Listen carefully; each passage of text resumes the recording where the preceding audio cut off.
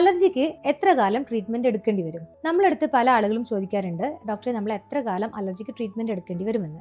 ആദ്യമായിട്ട് നമ്മൾ ശ്രദ്ധിക്കേണ്ട കാര്യം നിങ്ങൾക്ക് അലർജി തുടങ്ങിയിട്ട് എത്ര നാളായി എന്നുള്ളതാണ്. അതിൽ നിങ്ങൾക്ക് 1-2 ദിവസം കൊണ്ട് തുടങ്ങിയിട്ടുള്ള അലർജി ആണെങ്കിൽ തീർച്ചയായിട്ടും നമുക്ക് 1-2 ദിവസം കൊണ്ട് മാറ്റിത്തരാൻ പറ്റും. എന്നാൽ വർഷങ്ങളായിട്ട് അലർജി ഉള്ള ഒരാൾക്ക് 1-2 മാസം കൊണ്ട് മരുന്ന് കഴിച്ചിട്ട് ഒരു കാര്യമില്ല. അറ്റ്ലീസ്റ്റ് നമ്മൾ കുറച്ചു കാലം കണ്ടിന്യൂസ് മരുന്ന് കഴിച്ചിട്ട് ആ ഒരു അലർജിക് ടെൻഡൻസി നമ്മളവിടെ ബ്രേക്ക് ചെയ്യാണ് വേണ്ടത്. പ്രത്യേകിച്ച് നമ്മൾ ട്രീറ്റ്മെന്റ് ചെയ്യുമ്പോൾ നമ്മൾ കൺസിഡർ ചെയ്യാറ് ഫാമിലി ഹിസ്റ്ററി, അതുപോലെ തന്നെ പേഴ്സണൽ ഹിസ്റ്ററി എല്ലാം നോക്കാറുണ്ട്. അപ്പോൾ ഇവൻ ഫാമിലി ഹിസ്റ്ററിയിൽ ഇങ്ങനെ അലർജിക് ടെൻഡൻസി ഉള്ള ആളുകൾക്ക് അത് ബ്രേക്ക് ചെയ്യാൻ വളരെയധികം ബുദ്ധിമുട്ടുണ്ടാവാറുണ്ട്. അപ്പോൾ നമ്മൾ കുറച്ചും കൂടി മെഡിസിൻസ് എടുക്കേണ്ടി വരും. അപ്പോൾ എന്തായാലും തീർച്ചയായിട്ടും നിങ്ങളുടെ ഡോക്ടറുടെ നിർദ്ദേശമില്ലാതെ ഒരു കാരണവശാലും നിങ്ങൾ ട്രീറ്റ്മെന്റ് നിർത്താൻ പാടില്ല. അലർജിക്ക് നമ്മളടുത്ത് വരുന്ന അധികം ആൾക്കാരടുത്തും നമ്മൾ ചോദിക്കാറുണ്ട്, എന്തുകൊണ്ടാണ് നിങ്ങൾക്ക് ഈ അലർജി ഉണ്ടാവുന്നത്, അല്ലെങ്കിൽ അതിന് പ്രത്യേകിച്ച് കാരണമുണ്ടോ എന്ന് ചോദിക്കുമ്പോൾ അധികം ആളുകൾക്കും പ്രത്യേകിച്ച് വ്യക്തമായിട്ടുള്ള ഒരു ഉത്തരം കിട്ടാറില്ല. അതാണ് നിങ്ങൾ ആദ്യം ശ്രദ്ധിക്കേണ്ടത്. എന്തുകൊണ്ട് നിങ്ങൾക്ക് അത് ട്രിഗർ ചെയ്യുന്നു എന്നുള്ളത്, അതായത് എന്തുകൊണ്ട് നിങ്ങൾക്ക് അലർജി വരുന്നു എന്നുള്ളത് വ്യക്തമായി ശ്രദ്ധിക്കുകയും അത് ഡോക്ടറെ അടുത്ത് നിങ്ങൾ അറിയിക്കുകയും വേണം. ഉദാഹരണമായിട്ട് പൊടി കൊണ്ടാണ് നിങ്ങൾക്ക് അലർജി ഉണ്ടാവുന്നതെങ്കിൽ അത് നിങ്ങൾ വ്യക്തമായിട്ട് ഡോക്ടറെ അറിയിച്ചാൽ ആ ഡോക്ടർക്ക് നിങ്ങളെ ഹെൽപ്പ് ചെയ്യാൻ സാധിക്കും. അത് മരുന്നിന്റെ സെലക്ഷന് വളരെയധികം ഇമ്പോർട്ടന്റ് ആണ്.